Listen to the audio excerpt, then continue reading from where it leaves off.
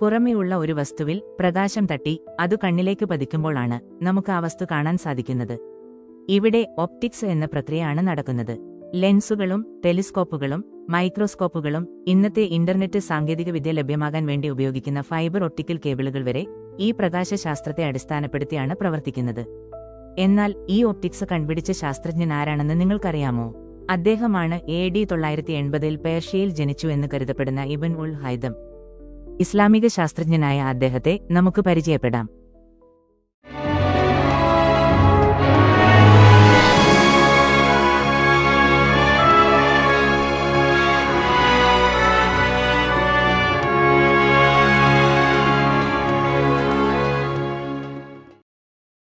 ഇബ്നുൽ ഹൈതമിന്റെ ജീവിതത്തിന്റെയും കണ്ടെത്തലുകളുടെയും കഥ ശരിക്കും അസാധാരണമാണ്. 965 ബസ്രയിൽ ജനിച്ച അദ്ദേഹം സുപ്രധാനമായ പുതിയ ഉൾക്കാഴ്ചകൾ കൊണ്ടുവന്നുകൊണ്ട് കാഴ്ചയെയും വെളിച്ചത്തെയും കുറിച്ചുള്ള നമ്മുടെ അറിവുകൾക്ക് കാര്യമായ സംഭാവനകൾ നൽകി. മുസ്ലിം നാഗരികതയിൽ സ്കൂളുകളും ലൈബ്രറികളും അഭിവൃദ്ധി പ്രാപിച്ച കാലത്താണ് ഇബ്നുൽ ഹൈതം വളർന്നത്. നിയമം, സാഹിത്യം, വൈദ്യം, ഗണിതം, ഭൂമിശാസ്ത്രം, ചരിത്രം, കല എന്നിവയുൾപ്പെടെ വിവിധ വിഷയങ്ങൾ പഠിപ്പിക്കാൻ കഴിയുന്ന ഉയർന്ന പരിശീലനം ലഭിച്ച പണ്ഡിതന്മാരിലേക്ക് വിദ്യാർത്ഥികൾക്ക് പ്രവേശനമുണ്ടായിരുന്നു. സംവാദങ്ങളും പ്രഭാഷണങ്ങളും അറബിയിൽ ജനപ്രിയമായിരുന്നു. പുതുതായി വിവർത്തനം ചെയ്യപ്പെട്ട പുരാതന കൈയെഴുത്തു പ്രതികളിൽ നിന്നുള്ള ആശയങ്ങൾ അദ്ദേഹം മറ്റുള്ളവരുമായി ചർച്ച ചെയ്യുന്നത് പണ്ഡിതന്മാർ ആസ്വദിച്ചു. എന്നിരുന്നാലും അദ്ദേഹത്തിന്റെ ഉജ്ജ്വലമായ മുന്നേറ്റം അദ്ദേഹത്തിന്റെ ജീവിതത്തിലെ ഇരുണ്ട എപ്പിസോഡിന്റെ സമയത്താണ് സംഭവിച്ചത്. അധികം വൈകാതെ തന്നെ ഇബ്നു അൽ ഹൈതമിന്റെ പണ്ഡിത പ്രശസ്തി ബസ്രയ്ക്ക് പുറത്തേക്കും വ്യാപിച്ചു. എനിക്ക് അവസരം ലഭിച്ചാൽ നൈൽ നദിയിലെ വെള്ളപ്പൊക്കം നിയന്ത്രിക്കുന്നതിനുള്ള ഒരു പരിഹാരം ഞാൻ നടപ്പിലാക്കും എന്ന് അദ്ദേഹം പറഞ്ഞു. ഈ അവകാശവാദം ഈജിപ്തിലെ ഫാത്തിമിദ് ഖലീഫയായ അൽ ഹക്കീമിന്റെ ചെവിയിലും എത്തി. അദ്ദേഹം കെയ്റോയിലേക്ക് ഹൈതമിനെ ക്ഷണിച്ചു. സ്വന്തം കഴിവുകളിൽ ആത്മവിശ്വാസമുള്ള ഇബ്നു അൽ ഹൈതം വലിയ നൈൽ നദിയെ അണക്കെട്ടും റിസർവോയറും നിർമ്മിച്ച് വെള്ളപ്പൊക്കം തടയാമെന്നാണ് വിചാരിച്ചിരുന്നത്. എന്നാൽ വെല്ലുവിളിയുടെ വ്യാപ്തിയും നദീതീരങ്ങളിൽ പുരാതന ഈജിപ്തിന്റെ അത്ഭുതാവഹമായ അവശിഷ്ടങ്ങളും കണ്ടപ്പോൾ അദ്ദേഹം സ്വന്തം ചിന്തയെ പുനർവിചിന്തനം ചെയ്തു. ഇത്രയും ബൃഹത്തായ ഒരു പ്രോജക്റ്റ് ചെയ്യാൻ കഴിയുമെങ്കിൽ ഇത്രയും മികച്ച വാസ്തുവിദ്യാ അവശിഷ്ടങ്ങൾ നമുക്ക് അവശേഷിപ്പിച്ച മുൻകാല മിടുക്കരായ നിർമ്മാതാക്കൾ അത് ചെയ്യുമായിരുന്നുവെന്ന് അദ്ദേഹം ചിന്തിച്ചു. തന്റെ പരിഹാരം സാധ്യമല്ലെന്ന് ഖലീഫയെ അറിയിക്കാൻ അദ്ദേഹം കെയ്റോയിലേക്ക് മടങ്ങി. ആ പ്രത്യേക പരാജയം ഖലീഫ ആസ്വദിച്ചിട്ടില്ലെന്നും അദ്ദേഹത്തെ നിരാശപ്പെടുത്തിയാൽ തന്റെ ജീവൻ അപകടത്തിലാകുമെന്നും അറിയാമായിരുന്ന ഇബ്നു അൽ ഹൈതം ഖലീഫമാരുടെ ക്രോധം ഒഴിവാക്കാൻ ഭ്രാന്ത് നടിച്ചു. ഒരു ഭ്രാന്തനെ പരാജയത്തിന്റെ ഉത്തരവാദിത്തം വഹിക്കുന്നതിൽ നിന്ന് നിയമം സംരക്ഷിക്കുമെന്ന് അദ്ദേഹത്തിന് അറിയാമായിരുന്നു. ഖലീഫയ്ക്ക് ഹൈതമിനോട് വന്യമായ ക്രോധമുണ്ടായിരുന്നിട്ടും അദ്ദേഹം നിയമങ്ങൾ പാലിച്ചു. കെയ്റോയിൽ നിന്ന് ഇബ്നു അൽ ഹൈതമിനെ വധിക്കുന്നതിനോ പുറത്താക്കുന്നതിനോ പകരം പണ്ഡിതനെ സ്ഥിരമായ സംരക്ഷണ കസ്റ്റഡിയിലാക്കാൻ ഖലീഫ തീരുമാനിച്ചു. അദ്ദേഹത്തിന്റെ സുരക്ഷ ഉറപ്പാക്കാൻ നിയമപ്രകാരം അത് ആവശ്യമായിരുന്നു. എന്നിട്ടും ഹൈതമിന്റെ ജീവിതം അതിന്റെ ഇരുണ്ട നിമിഷത്തിൽ തന്നെ തുടർന്നു. അങ്ങനെയിരിക്കെ ഒരു ദിവസം തന്റെ ഇരുണ്ട മുറിയിലേക്ക് ഒരു ചെറിയ പിൻഹോളിലൂടെ പ്രകാശം പതിക്കുന്നത് അവൻ കണ്ടു.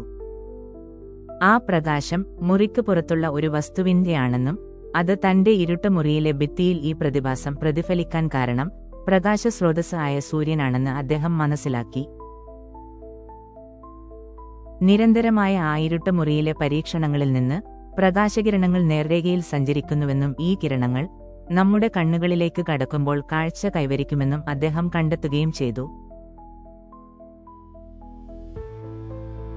ഇബ്നു അൽ ഹൈതം തന്റെ ഇരുണ്ട മുറിയിൽ പരീക്ഷണം നടത്തി തന്റെ കണ്ടെത്തൽ സ്ഥിരീകരിക്കുകയും കിതാബ് അൽ മൻസിർ എന്ന ഗ്രന്ഥം രചിക്കുകയും ചെയ്തു. പിന്നീട് ലാറ്റിനിലേക്ക് ആ ഗ്രന്ഥം ക്യാമറ ഒബ്സ്ക്യുറ എന്ന് വിവർത്തനം ചെയ്തു. അതിന്റെ അർത്ഥം ഇരുണ്ട മുറി എന്നായിരുന്നു. താൻ നിർമ്മിച്ച ലെൻസുകളുടെയും കണ്ണാടികളുടെയും പ്രത്യേക ഉപകരണം ഉപയോഗിച്ച് നിരവധി അധിക പരീക്ഷണങ്ങൾക്ക് ശേഷം പ്രകാശത്തെയും കാഴ്ചയെയും കുറിച്ചുള്ള തന്റെ പുതിയ ആശയങ്ങൾ അദ്ദേഹം തന്റെ 7 വാല്യങ്ങളായ ബുക്ക് ഓഫ് ഒപ്റ്റിക്സിൽ രേഖപ്പെടുത്തി. ഖലീഫയുടെ മരണത്തിനു ശേഷമാണ് അദ്ദേഹം ജയിൽ മോചിതനായത്.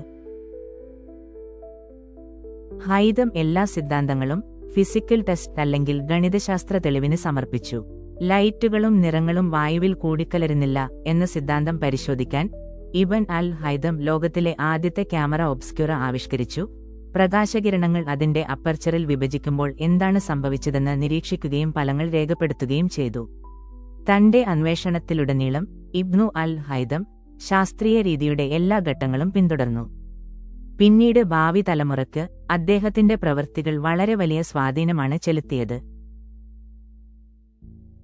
12ാം നൂറ്റാണ്ടിന്റെ തുടക്കത്തിൽ സ്പെയിനിലെ ടോളിഡോ അറബി പുസ്തകങ്ങൾ ലാറ്റിനിലേക്ക് വിവർത്തനം ചെയ്യാനുള്ള ഒരു വലിയ ശ്രമത്തിന്റെ കേന്ദ്രമായിരുന്നു. ക്രിസ്ത്യൻ, യഹൂദ, മുസ്ലിം പണ്ഡിതന്മാർ നഗരത്തിലേക്ക് ഒഴുകിയെത്തി. അവിടെ അവർ പരസ്പരം താമസിക്കുകയും അറിവുകളും ഗ്രന്ഥങ്ങളും പങ്കുവെക്കുകയും പഴയ അറിവുകൾ ലാറ്റിനിലേക്കും പിന്നീട് മറ്റ് യൂറോപ്യൻ ഭാഷകളിലേക്കും വിവർത്തനം ചെയ്യാൻ ഒരുമിച്ച് പ്രവർത്തിക്കുകയും ചെയ്തു. Roger Bacon, Johannes Kepler, Leonardo da Vinci എന്നിവരുൾപ്പെടെയുള്ള യൂറോപ്യൻ ശാസ്ത്രജ്ഞർക്ക് അവ ലഭ്യമാക്കിക്കൊണ്ട് ഇബ്നു അൽ ഹൈതാമിന്റെ ഒപ്റ്റിക്സിന്റെ പുസ്തകവും അദ്ദേഹത്തിന്റെ മറ്റ് ചില ശാസ്ത്രകൃതികളും ലാറ്റിനിലേക്ക് വിവർത്തനം ചെയ്യപ്പെട്ടു. ഓപ്റ്റിക്സ്, നമ്പർ തിയറി, ജ്യാമിതി, ജ്യോതിശാസ്ത്രം, പ്രകൃതി തത്വചിന്ത എന്നിവയിൽ ഹൈതം കാര്യമായ സംഭാവനകൾ നൽകി. പരീക്ഷണത്തിന് ഒരു പുതിയ ഊന്നൽ നൽകിയതിന് ഹൈതമിന്റെ ഒപ്റ്റിക്സ് കൃതിക്ക് പ്രത്യേക ബഹുമതിയുണ്ട്. ആദ്യ ശാസ്ത്രജ്ഞൻ എന്നാണ് ഹൈതം അറിയപ്പെടുന്നത്. ശാസ്ത്രീയ പരീക്ഷണ രീതി വികസിപ്പിച്ചെടുക്കുകയും അനുമാനം രൂപപ്പെടുത്തുകയും സ്ഥിരീകരിക്കാവുന്ന പരീക്ഷണങ്ങൾ നടത്തുകയും ചെയ്ത ആദ്യത്തെ വ്യക്തിയാണ് ഹൈതം. 100-ലധികം പുസ്തകങ്ങൾ അദ്ദേഹം രചിച്ചു. അതിൽ പകുതിയിലേറെയും സംരക്ഷിക്കപ്പെടുകയും ചെയ്തു. ഇബ്നുൽ ഹൈതാമിന്റെ ശാസ്ത്രീയ ഉൾക്കാഴ്ചകൾ, വൈദ്യശാസ്ത്ര വിസ്മയങ്ങൾ, ജ്യോതിശാസ്ത്ര നിരീക്ഷണങ്ങൾ, പുതിയ ഭൂപടങ്ങൾ, ലൈബ്രറികൾ, വിവിധ ഗണിത വിഷയങ്ങൾ പഠിപ്പിക്കുന്ന നൂതന സ്കൂളുകൾ എന്നിവയിലൂടെ മുസ്ലിം നാഗരികത ശാസ്ത്രീയ വിജ്ഞാന ശേഖരണത്തിൽ നിർണായകവുമായ സംഭാവന നൽകി. ഈ മുൻകാല കണ്ടെത്തലുകൾ നമ്മുടെ വീടുകൾ, സ്കൂളുകൾ, ആശുപത്രികൾ, പട്ടണങ്ങൾ, വ്യാപാരം, യാത്ര, പ്രപഞ്ചത്തെക്കുറിച്ചുള്ള നമ്മുടെ ഗ്രാഹ്യങ്ങൾ എന്നിവയെ ഇപ്പോഴും രൂപപ്പെടുത്തിയിട്ടുണ്ട്. ഇബ്നുൽ ഹൈതം ഉന്നയിച്ച ചില ചോദ്യങ്ങൾ 1000 വർഷത്തോളം പരിഹരിക്കപ്പെടാതെ കിടക്കുന്നു. അത്തരത്തിലുള്ള ഒന്നിന് ഹൈതാമിന്റെ പ്രശ്നമെന്ന് വിളിക്കുന്നു. അതിനായി അദ്ദേഹം ഒരു ജ്യാമിതീയ പരിഹാരം വാഗ്ദാനം ചെയ്തു. ഒരു പ്രകാശ സ്രോതസ്സും ഗോളാകൃതിയിലുള്ള കണ്ണാടിയും നൽകിയാൽ കണ്ണാടിയിൽ ഒരു നിരീക്ഷകന്റെ കണ്ണിലേക്ക് പ്രകാശം പ്രതിഫലിക്കുന്ന പോയിന്റ് കണ്ടെത്തുക. ഇബ്നു അൽ ഹൈതം ഈ പ്രശ്നം ജ്യാമിതീയമായി പരിഹരിച്ചുവെങ്കിലും ബീജഗണിത രീതികൾ ഉപയോഗിച്ച് ഇത് പരിഹരിക്കപ്പെടാതെ തുടർന്നു. ഒടുവിൽ 1997-ൽ ഓക്സ്ഫോർഡ് ഗണിതശാസ്ത്രജ്ഞനായ പീറ്റർ എം ന്യൂമാൻ ഇത് പരിഹരിക്കുകയും ചെയ്തു. ഒപ്റ്റിക്സിലും ദർശനത്തിലും ഇബ്നു അൽ ഹൈതാമിന്റെ കണ്ടെത്തലുകൾ നൂറ്റാണ്ടുകളുടെ തെറ്റിദ്ധാരണയെ അട്ടിമറിച്ചു. തന്റെ പരീക്ഷണങ്ങളിൽ ഒരു ചെറിയ ദ്വാരത്തിലൂടെ വരുന്ന പ്രകാശം നേർരേഖയിൽ സഞ്ചരിക്കുകയും എതിർവശത്തെ ഭിത്തിയിലേക്ക് ഒരു ചിത്രം പ്രക്ഷേപണം ചെയ്യുകയും ചെയ്തു. പക്ഷേ കണ്ണിലേക്ക് വെളിച്ചം കടക്കുന്നത് കാഴ്ചയുടെ ആദ്യപടി മാത്രമാണെന്ന് അയാൾ തിരിച്ചറിഞ്ഞു. കണ്ണിനെക്കുറിച്ചും ഒപ്റ്റിക് പാതകളെക്കുറിച്ചും വിശദമായ വിവരണം നൽകിയ ഗ്രീക്ക് വൈദ്യനായ ഗാലന്റെ പ്രവർത്തനത്തെ അടിസ്ഥാനമാക്കി അദ്ദേഹം ഗ്രന്ഥം നിർമ്മിച്ചു. ഇന്ന് നാഡീവ്യവസ്ഥയുടെ ഏറ്റവും പഴക്കം ചെന്ന ചിത്രം വരച്ചിരിക്കുന്നത് ഇബ്നു അൽ ഹൈതാമിന്റെ ഒപ്റ്റിക്സ് പുസ്തകത്തിൽ നിന്നാണ്. അതിൽ കണ്ണുകളും ഒപ്റ്റിക് നാഡികളും ചിത്രീകരിച്ചിരിക്കുന്നു.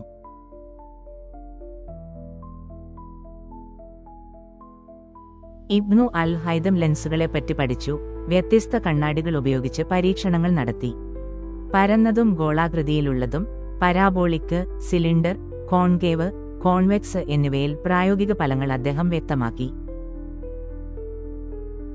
പ്രകാശ അപവർത്തനത്തിലൂടെ നാം കാണുന്ന ദൃശ്യവസ്തുക്കൾ വെള്ളവും ഗ്ലാസും പോലുള്ള കട്ടിയുള്ള വസ്തുക്കളിലുടനീളം അവയുടെ യഥാർത്ഥ വലുപ്പത്തേക്കാൾ വലുതാണ് എന്ന് അദ്ദേഹം എഴുതി. മരണശേഷം ഇബ്നുൽ ഹൈതമിന്റെ രചനകൾ അറബിയേക്കാൾ ലാറ്റിൻ ഭാഷയിൽ സ്വാധീനം ചെലുത്തി. ഇബ്നുൽ ഹൈതാമിന്റെ ഒപ്റ്റിക്സ് പുസ്തകം ലാറ്റിനിലേക്ക് വിവർത്തനം ചെയ്യപ്പെട്ടപ്പോൾ അത് വലിയ സ്വാധീനം ചെലുത്തുകയും വ്യാപകമായി പഠിക്കുകയും വായിക്കുകയും ചെയ്തു. 1572-ൽ ഇത് ഒരു അച്ചടി പതിപ്പായി പ്രസിദ്ധീകരിച്ചു. അതിനാൽ ഇത് കൂടുതൽ എളുപ്പത്തിൽ ലഭ്യമാക്കാൻ കഴിയുകയും ചെയ്തു. പോളിഷ് ജ്യോതിശാസ്ത്രജ്ഞനായ ജോഹന്നാസ് ഹെവലിയസ് 1647-ൽ പ്രസിദ്ധീകരിച്ച ചന്ദ്രനെക്കുറിച്ചുള്ള അദ്ദേഹത്തിന്റെ ഏറ്റവും പ്രശസ്തമായ കൃതിയായ സെലിനോഗ്രാഫിയയിൽ ഗലീലിയോയ്ക്കൊപ്പം ഇബ്നു അൽ ഹൈതാമിനെ ആദരിക്കാൻ തിരഞ്ഞെടുക്കുകയും ചെയ്തു. 59,239 ചിഹ്നഗ്രഹത്തിനും ചന്ദ്രനിലെ ആഘാതഗർത്തത്തിനും അദ്ദേഹത്തിന്റെ ബഹുമാനാർത്ഥം നാമകരണം ചെയ്തു. അൽഹാസന്റെ ബഹുമാനാർത്ഥം ആഗാ ഖാൻ യൂണിവേഴ്സിറ്റി അതിന്റെ നേത്രരോഗ വിദഗ്ധനെ the Ibn al Haytham associate professor of ophthalmology എന്ന് നാമകരണം ചെയ്തു.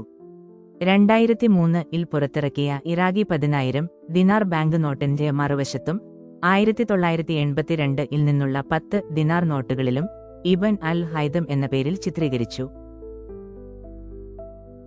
2015 ഇന്റർനാഷണൽ ഇയർ ഓഫ് ലൈറ്റ് എന്ന് വിശേഷിപ്പിക്കുകയും ഇബ്നു അൽ ഹൈതാമിന്റെ ഒപ്റ്റിക്സ് കൃതികളുടെ 1000ാം വാർഷികം ആഘോഷിക്കുകയും അനുസരിക്കുകയും ചെയ്തു.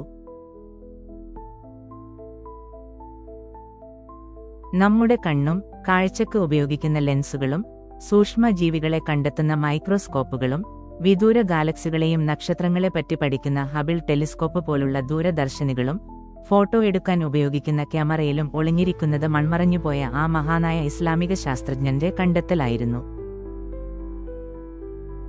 അടുത്ത വീഡിയോയിലൂടെ വീണ്ടും കാണാം.